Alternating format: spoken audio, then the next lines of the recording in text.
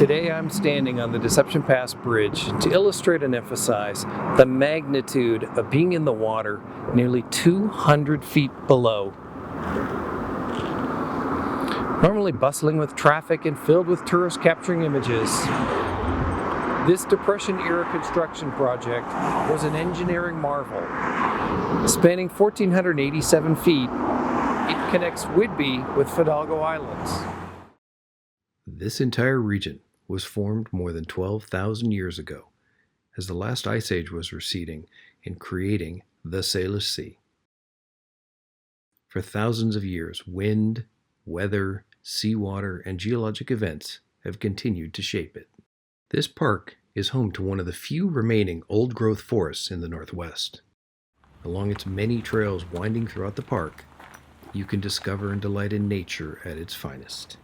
From massive cedar, hemlock, and Douglas fir trees, to sword fern, Oregon grape, and daisies, coyotes, muskrats, doves, and ducks, and so many more can all be found here. Pass Lake and Cranberry Lake both provide an essential respite for thousands of migrating shorebirds and waterfowl. Each year during the vernal and autumnal equinoxes, the sun rises and sets directly under this bridge. Far below the bridge deck, massive amounts of seawater transport vital nutrients for our Puget Sound wildlife in both directions, from the Strait of Juan de Fuca and from mountain rivers. The daily tidal exchanges generate extreme currents of up to 8 knots, forced through this narrow channel. It continually scours and erodes the steep, jagged walls.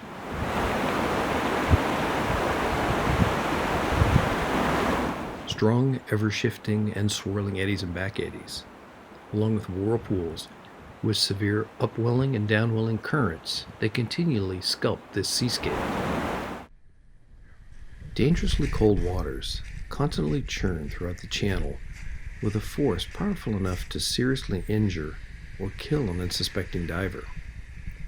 As I prepare to enter and explore nature's washing machine, I remind myself that my desire is to safely navigate to the drop-in spot without being drawn towards the center of the channel with its wild currents.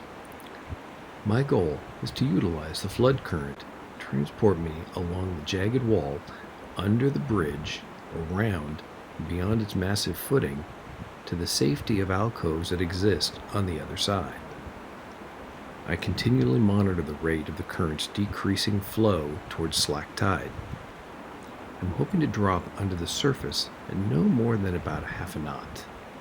If I drop in too soon, I could get caught in raging whirlpools and eddies and potentially be drifting out of control underwater. If I drop in too late, the diminishing current may not be strong enough to carry me around to my desired destination. Slack tide in the channel may last for only about 40 minutes. Some days it may only be a few minutes, and some days the whirling waters may never stop moving at all. If all goes as planned, once the tide turns and begins to ebb, it'll carry me back to my original point of entry.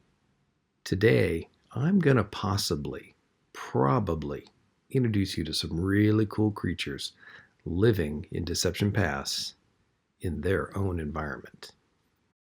Once in the water, I drift toward the drop-in spot, keeping hold of the jagged rocks and wall. The current is strong. I struggle to remain at the spot. I survey the speed of the swift waters. At the perfect moment, I let go, drop down, and am quickly swept around the bridge far above. Once on the other side, my eyes adjust. I turn on my lights, and the colors explode before me. Seawater is 800 times denser than air. It absorbs light and color very quickly. The first color of the spectrum to disappear are reds, then yellows and oranges. Because these colors are consumed quickly in shallow seawater, many animals are a combination of red, yellow, and/or orange.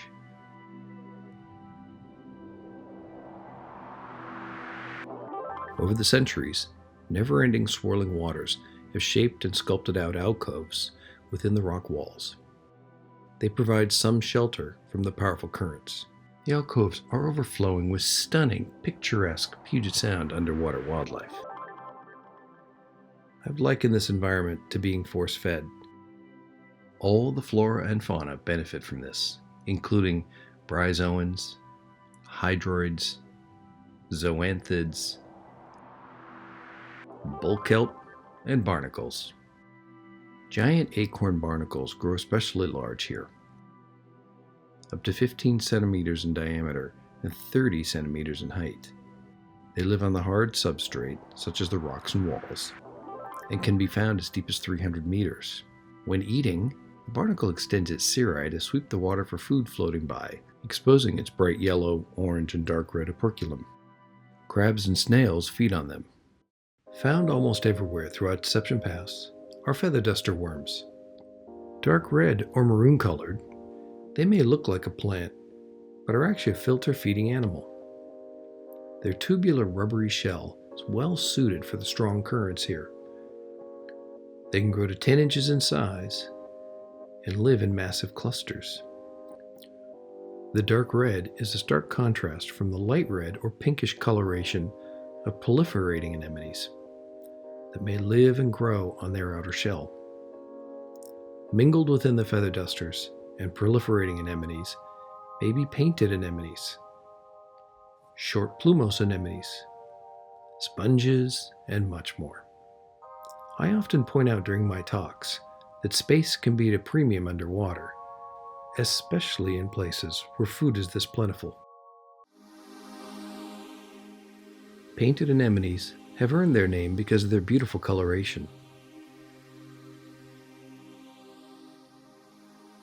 Short plumose blanket the rocks along the wall.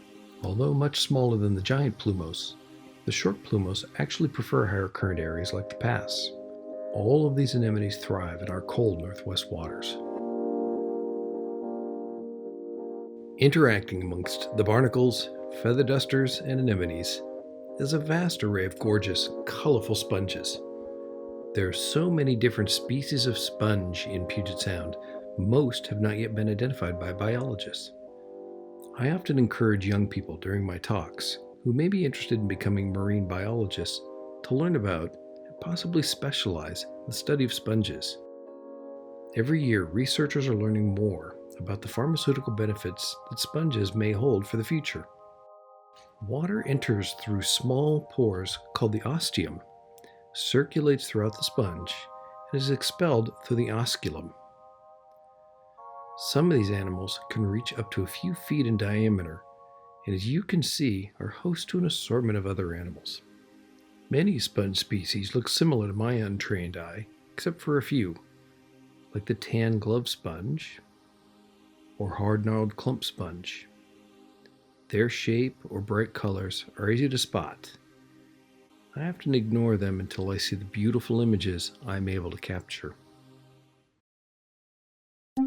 Like sponges and anemones, I regularly see a multitude of sea star species all throughout Deception Pass. This is a large area to explore and is home to many sea stars. Everything from dwarf mottled stars to wrinkled stars. Widely varied in size, shape, and color. Most stars are a combination of reds, yellows, and/or oranges. Remember, these colors are consumed very quickly by seawater, usually within the first 30 to 50 feet of depth. Many sea stars have 5 legs, like the blood stars and mottled stars. The 6-rayed star has 6 legs. Sunstripe stars have 8 to 12 long, slender legs and are found in a variety of colors. The very colorful rose star typically has 11 legs, but can have up to 16. I call them sea stars, by the way, because they're not fish. Sea stars are echinoderms, which are more closely related to urchins and sand dollars. Slime stars come in many colors and mostly have symmetrical patterns. They have a thick, wide body with stumpy legs and a smooth texture. The rainbow sea star has very long discernible spines. Along its cream-colored tapered arms are clear red bands, and they can grow to well over 20 inches. The Velcro star also has long slender arms and can grow up to 40 inches.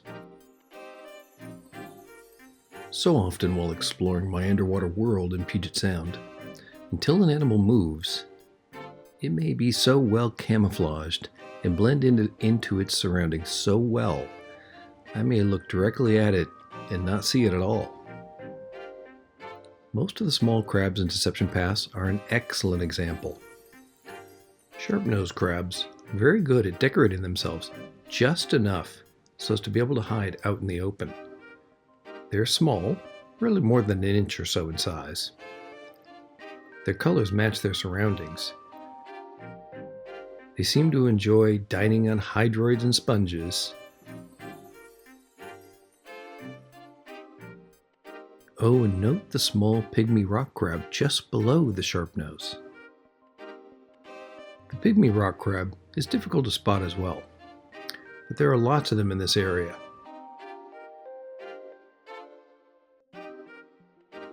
They rarely reach more than an inch in size. And they sure seem to enjoy dining on hydroids too.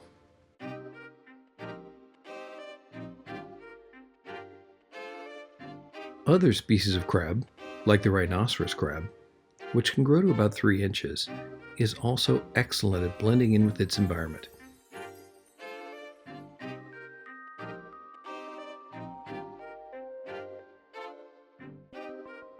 It's also called the golf ball crab because of its uniquely shaped protrusions on its triangular-shaped carapace. The hard crab can grow to 4 inches and is named for its heart-shaped pattern on its carapace. They can move very quickly too. Hairy spined crabs only grow to about 3 inches. The butterfly crab is incredibly difficult to spot unless it moves. It's a rarity when I do see one, but when I'm fortunate enough to find one, I usually will find a few more within a few feet of one another. One of my favorite little fishes in the world is the mosshead warbonnet. Their flat-topped cirri on their head and red coloration are very distinctive. But they're not to be confused with the infamous decorated warbonnet. They grow somewhat larger and have antler-like cirri on their head. Like many of the other animals I've been featuring and discussing, sculpins, which are almost everywhere here, are difficult to see. Until they move, that is. There are more than 30 species of sculpin found in Puget Sound. The scaly-head sculpin is probably the most common spotted here, darting back and forth hunting its prey. Today I've interrupted this scaly-head's dinner. He's captured a delicious coon-striped shrimp to dine on, but must be careful the larger fish doesn't come along and snatch it from his grasp. This other scaly-head has a form of sea lice attached to its head. This occurs with many species of fish underwater. With such minute differences, it often takes a marine biologist to tell them apart. It's nearly impossible to differentiate the species underwater. Identifying them later reveals small, almost minute differences, like the coloration of or size of the eyes, or the size of the dorsal fin of the roughback sculpin.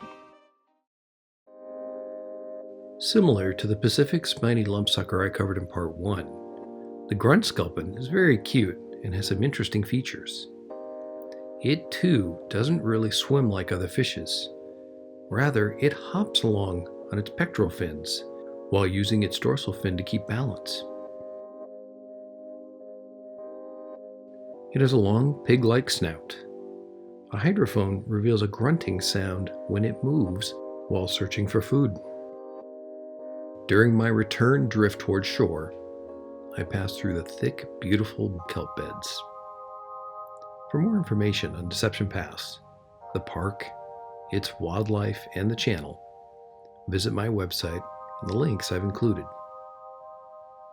Hope you've enjoyed part 2 in my series.